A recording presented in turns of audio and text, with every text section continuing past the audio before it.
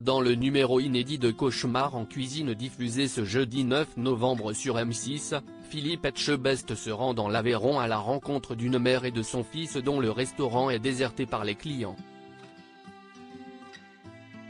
Pour le célèbre chef, une partie de l'explication se trouve dans les cuisines de l'établissement. Nouveau numéro de Cauchemar en cuisine et nouveau défi pour Philippe Etchebest.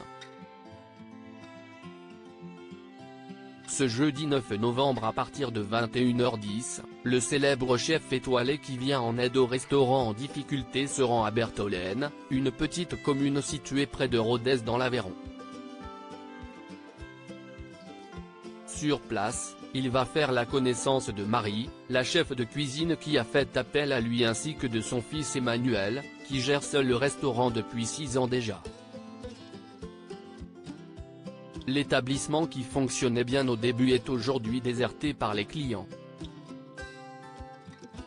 Et Philippe Etchebest, qui incarnera un nouveau programme intitulé Un chef au bout du monde en deuxième partie de soirée, va aller de surprise en surprise dès son arrivée sur les lieux avec une souris morte devant l'entrée, des toilettes à la turque ou encore des murs délabrés.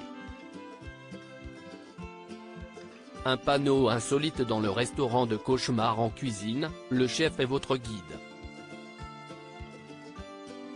Prosternez-vous dans un extrait mis en ligne par M6 sur les réseaux sociaux, le présentateur de Cauchemar en cuisine va aller confronter la chef Marie dans son antre, autrement dit dans sa cuisine.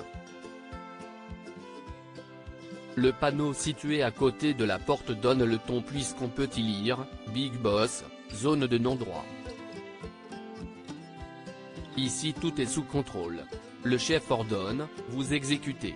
Il est votre guide. Prosternez-vous.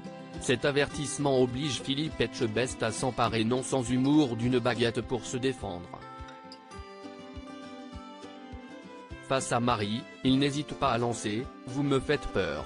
Vous m'avez fait peur 2 fois, quand vous m'avez ouvert la porte quand je suis arrivé et quand vous m'avez servi.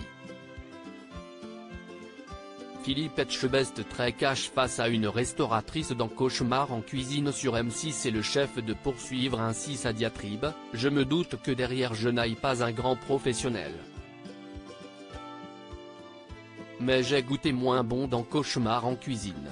Après, ce n'est pas le tout de savoir faire une quiche ou un gâteau, si est de gérer un restaurant, ce n'est pas pareil. Philippe Etchebest constate dans le même temps que la cuisine n'est pas digne d'un restaurant. Avant de s'arrêter devant la friteuse, qu'il ouvre et qu'il trouve sale. Est-ce qu'elle est propre? Est-ce qu'elle est nettoyée régulièrement? Demande le chef étoilé.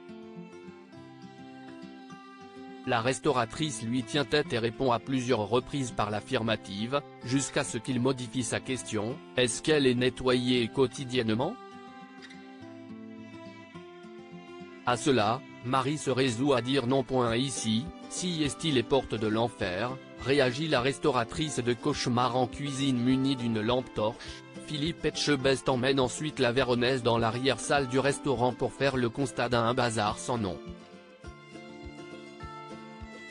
Ici se trouvent en effet des piles d'assiettes sales, des cartons, des canettes rouillées, des toiles d'araignée et même un WC à l'abandon.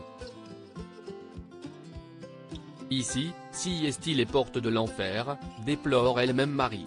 Pourquoi ça ne marche pas, pourquoi il n'y a personne? Tout est là, tout est dit dans cette espèce de bordel insalubre qui est à l'image de ce que vous faites, la sermonne encore Philippe Etchebest.